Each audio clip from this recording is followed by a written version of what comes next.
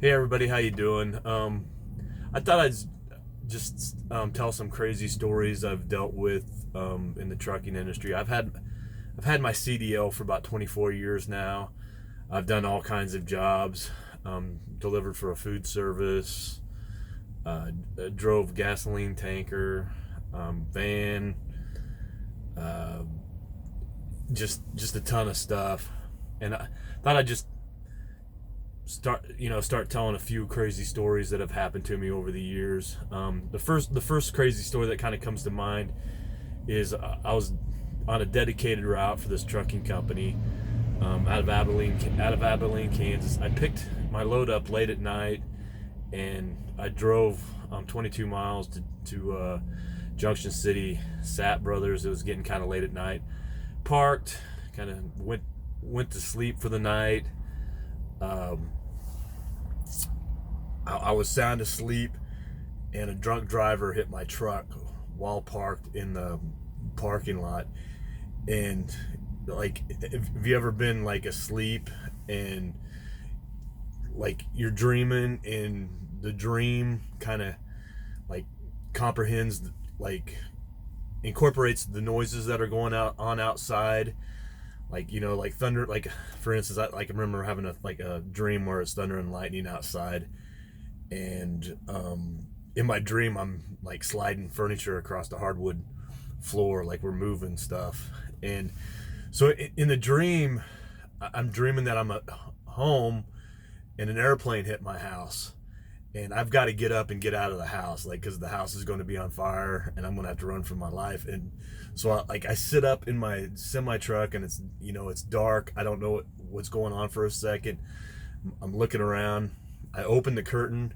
I look up and I see uh, like a truck had hit my semi, and he kind of hit, like I was parked.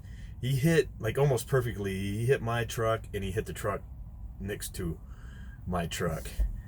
And this guy was kind of staring at me, and then he just like is sitting there, and then he just goes over and and is asleep in his truck. Like at this point, like I don't know what to do. I really don't want to confront him, because like what if this guy's had like a bunch of DUIs, and he's not about to be, he's not going to go to jail. you know I didn't know what to do. I got a piece of paper and I got a pen, and I sat there and I was just going to write down his tag if he took off running, driving off. I called the police and I explained what happened, and I thought I was pretty clear that it was a drunk driver. And then I sat there and waited. Like it took like 15 or 20 minutes for the police to show up. The whole time I'm sitting there like thinking he's going to try to run for it or whatever.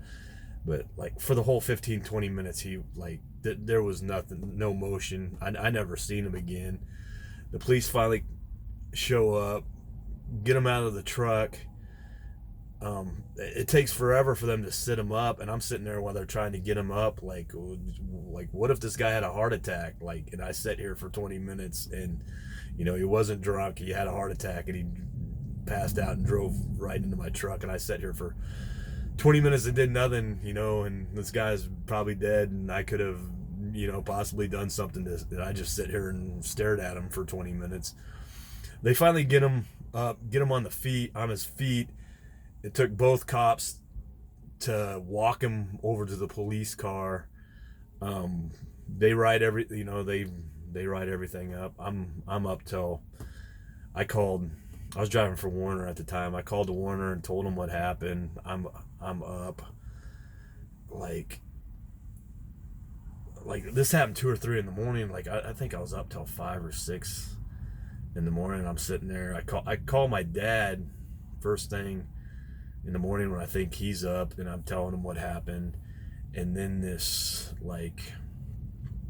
kind of hillbilly guy who drove the other truck, big old guy, like 6'5". If you've ever seen the wrestler Hillbilly Jim that wore the overalls and stuff and had the big long beard, this guy kind of looked like him. And he comes up and he's just like, he sees his damage on his truck and he's just like, "What the F-U-C-K?" And he's just yelling it. I'm sitting there.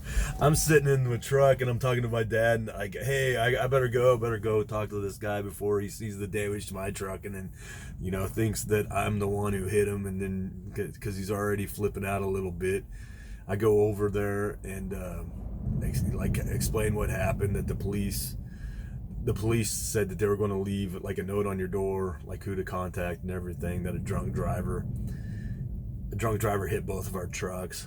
I took pictures of the truck and everything, and I text him all the pictures I had and everything.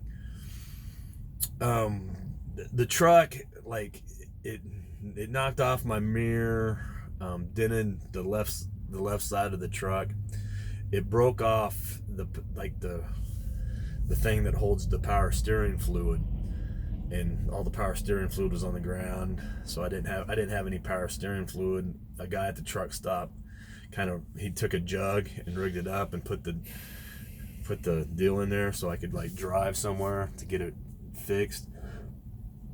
That thing worked for about 10 miles, and then I didn't have power steering until I got to where they wanted me to. It was like 40 miles where they wanted me to take the truck.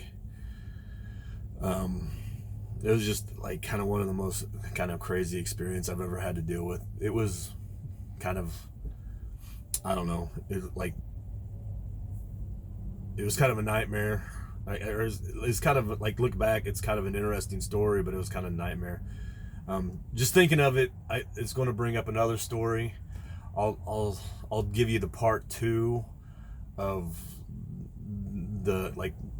this kind of started a chain reaction to another story. I had another story in mind I was going to tell for the next, but it just reminded me of part 2 of another kind of crazy story that kind of happened because of this, and where I had to take the truck. We'll get to it. I'll get to part 2 later.